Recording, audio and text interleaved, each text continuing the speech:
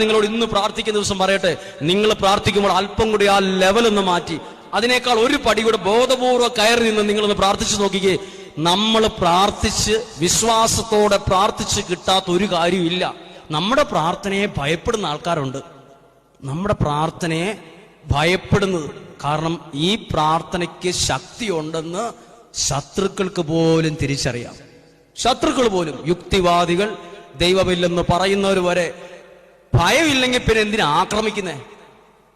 നമ്മുടെ പ്രാർത്ഥനയിൽ ഒരു അത്ഭുതവും നടക്കുന്നില്ല, ഇത് വെറുതെ ഒച്ച വെച്ച് പോവുകയാണെങ്കിൽ എന്തിനാ ഇവിടെ പ്രശ്നങ്ങൾ?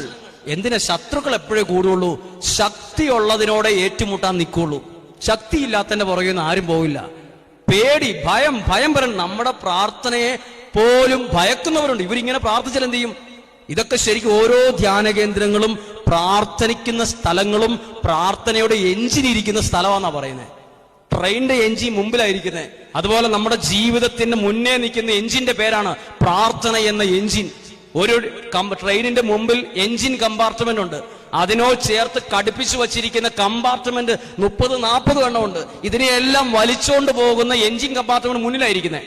ഇതുപോലെ നമ്മെ മുന്നോട്ട് നയിക്കുന്ന എഞ്ചിൻ കമ്പാർട്ട്മെന്റിന്റെ പേരാണ് നമ്മുടെ വിശ്വാസവും പ്രാർത്ഥനയും. പറഞ്ഞു ഹല്ലേലൂയ.